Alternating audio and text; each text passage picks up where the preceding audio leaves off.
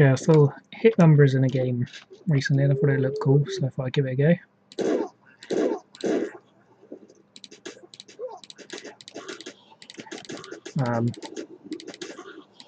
As I'm not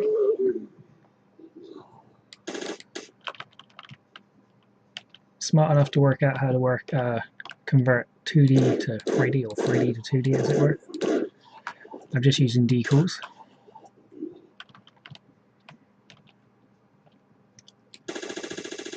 And I've just put down a whole load.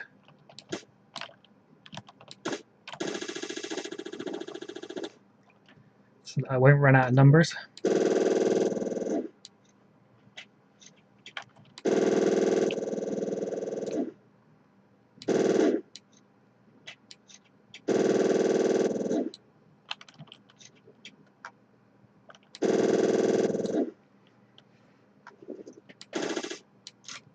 Not sure why sometimes it looks backwards, but there we go.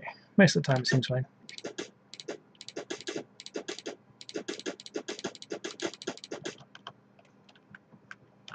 Not sure I can get really close enough to punch these guys. No. So yeah, basically, to set it up, you have to have a script with AI bot state in it. So any of the default scripts will work fine.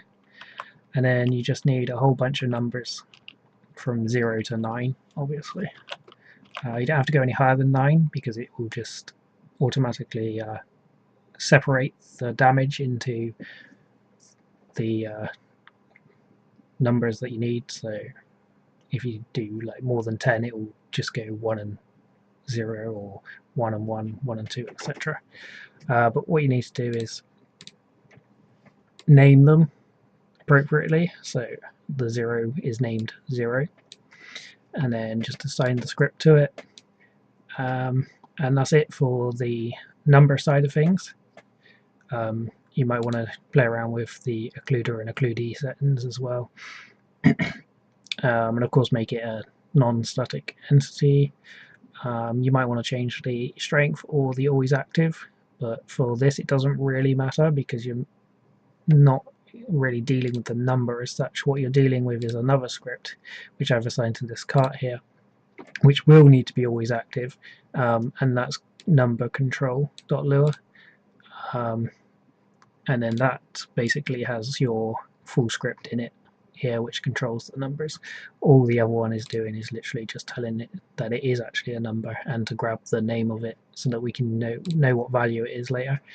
So you've got a few settings here to play around with, not that much, because if you want to change the scale of the numbers then obviously you can just do it straight in here.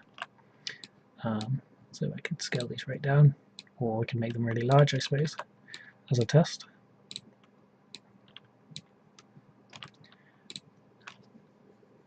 And then obviously as they're 3D, the further you are away the smaller they look anyway, and then the closer you get to the target and shoot them, then obviously the numbers will get bigger automatically because of the way 3D is anyway.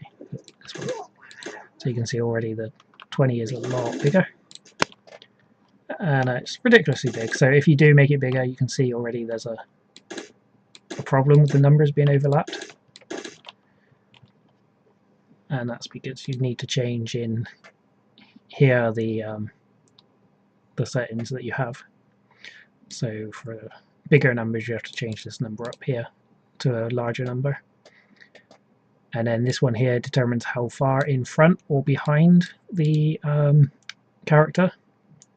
So if you wanted the numbers to appear behind the target you're shooting at, then you change this down to a minus, or possibly a plus, depending on which way around your numbers actually face in the editor. So these are actually back to front, technically.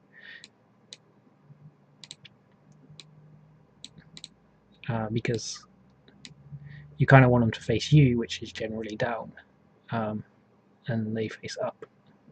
And I expect most things that you have will be facing up, but if you do have any problems with that, then you'd want to change these to be the opposite to what you'd actually expect. Then you've got how high it will go into the air here, and above the character's head. Then you've got how fast it rises, and then you've got a delay so that it actually remains in the air for a little while, or no time at all if you change it to 0, whatever. And yeah, that's it, pretty much.